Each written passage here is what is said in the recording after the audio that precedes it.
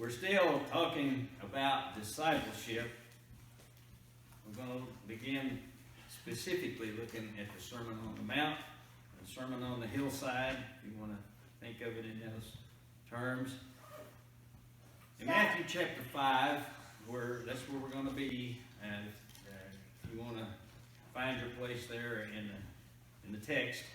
At verse 48, he says, "You shall be perfect, just as your Father in the heavens is perfect." To quote C.S. Lewis in his book, Mere Christianity, the command, "Be ye perfect," is not idealistic gas, nor is it a command to do the impossible. He's going to make us into the kind of creatures that can obey that command. In Matthew 4, verse 17, we read, "The kingdom of the heavens is at hand," or has come near. We mentioned that the last time or two I spoke. This is the key to understanding the Beatitudes of Jesus, the blesseds. They clarify for us the basic message which Jesus began to preach. The kingdom of heaven is at hand. It is available to all. God's rule, God's righteousness are possible to everyone through trusting reliance on Jesus himself. He is now among us in the high-stakes game of show and tell. His statements and his teachings show us his own trusting faithfulness. From his model prayer, where he said, "Give us this day our daily bread," to his last words on his cross, "Father, into thy hands I commend my spirit." His was a life of trust from beginning to end. He is to us teacher, and we are his students. He is the rabbi, and we are his disciples. And he says, "Be like me. Follow me.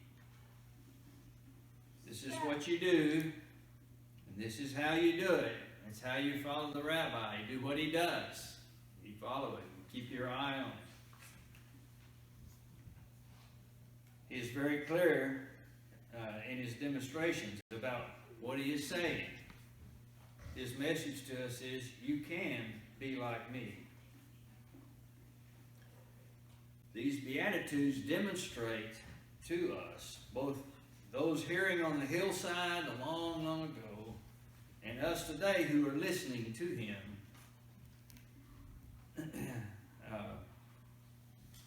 what the effects of the kingdom of the heavens has upon people.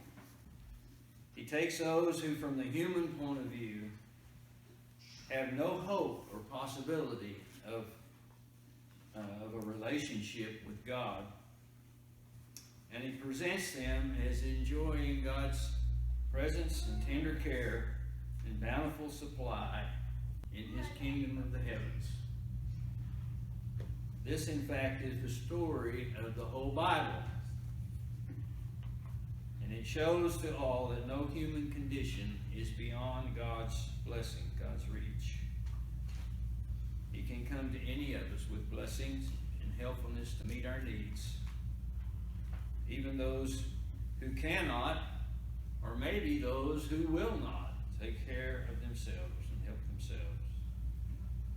So how do we live in reaction to these teachings? Jesus has just dumped the status quo and given those who were essentially thrown out or rejected before, the undesirables, the great crowds that followed him everywhere, they were rejected, and he has taken them into his kingdom. He's taken their upside down world and he's turned it right side up, and they know it. They know it. How do these people relate to the kingdom of God among us? The one at hand that Jesus speaks about in the heavens. These are most likely the very people that he's been healing and ministering to in the crowds around him. The poor, the sick, the hungry, the crying ones, those hated by the religious establishment, especially those hated who were following Jesus, and because of their association with Jesus brought the hatred of the religious elite.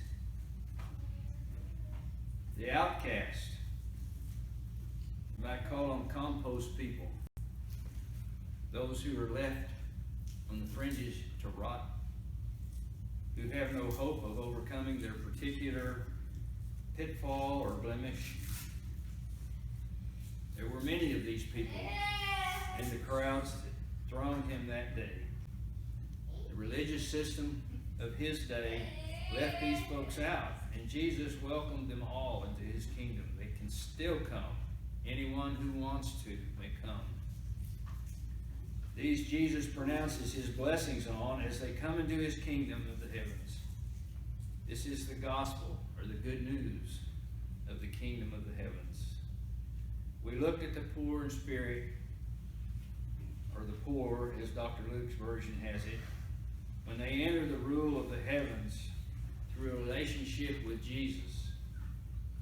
Their situation changes from one of being destitute of spiritual qualities and outcast because of that, to being examples of the righteousness of God.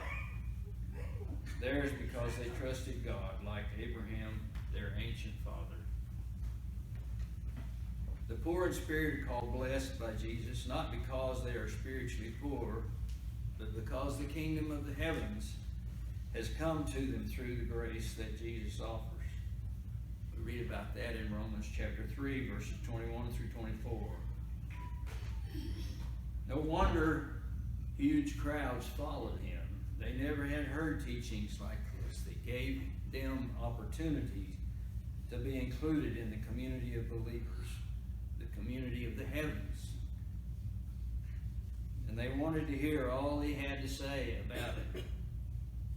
He goes on in his sermon on the hillside with, "Blessed and happy are those who mourn, those weeping ones," Luke has it.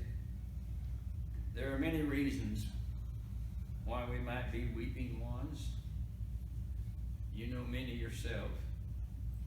Loss of a child, loss of a mate, loss of a friend, or perhaps a job, loss of lifetime savings, loss of a business, an economic downturn that takes away your job and your means for paying your debts.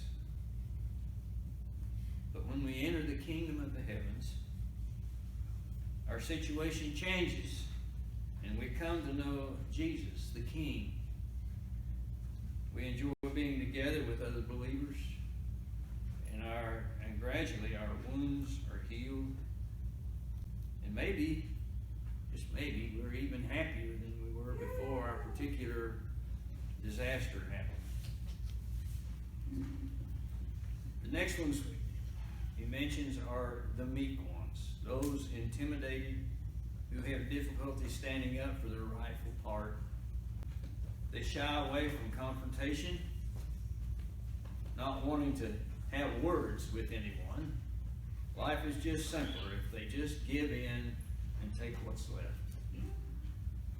But when they come into the kingdom at hand, they find their king owns the land, that they can have what they need.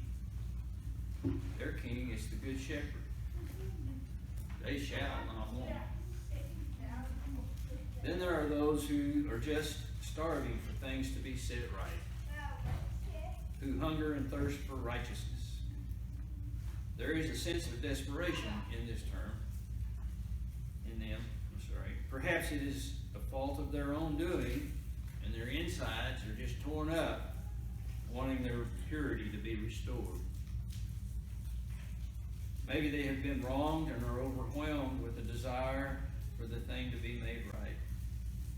And kingdom of the heavens, as we're made over into the image of Jesus, we find that these wrongs are made right and even lose their significance in the presence of our King. He restores our soul. Next, blessed are the merciful, for they shall obtain mercy. And this is really the case as they enter the kingdom of the heavens. They find that they fit right in.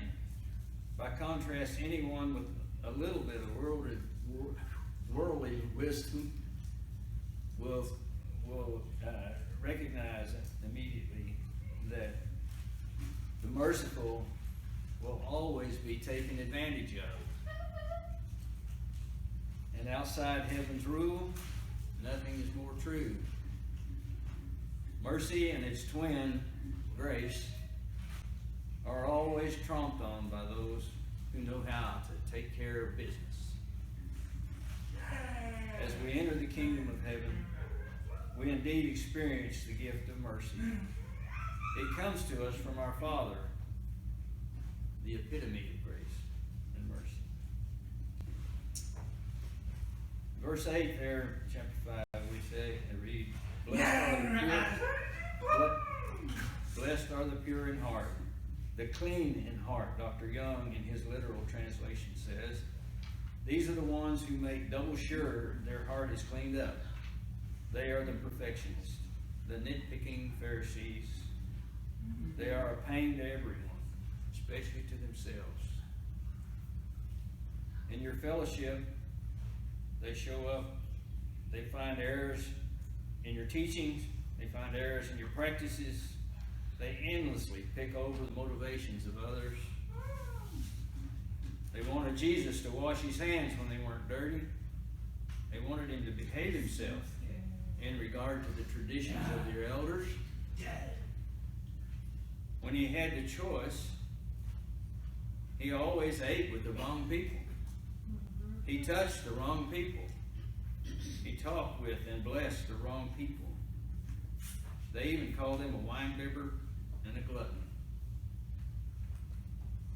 Their meals were never cooked right. Their clothes and their hair were always unsatisfactory. They're just miserable people. And yet the kingdom of the heavens is open to them. And as they enter and learn to live there, they will see God. And finally, in amazement, they will see the one who is good enough. Okay, that's enough for today. Maybe we can finish the blessings next time. Hopefully you are seeing some advantage to being in God's community of the heavens. His invitation is still open. You need to take advantage of that today when you come. All stand and sing.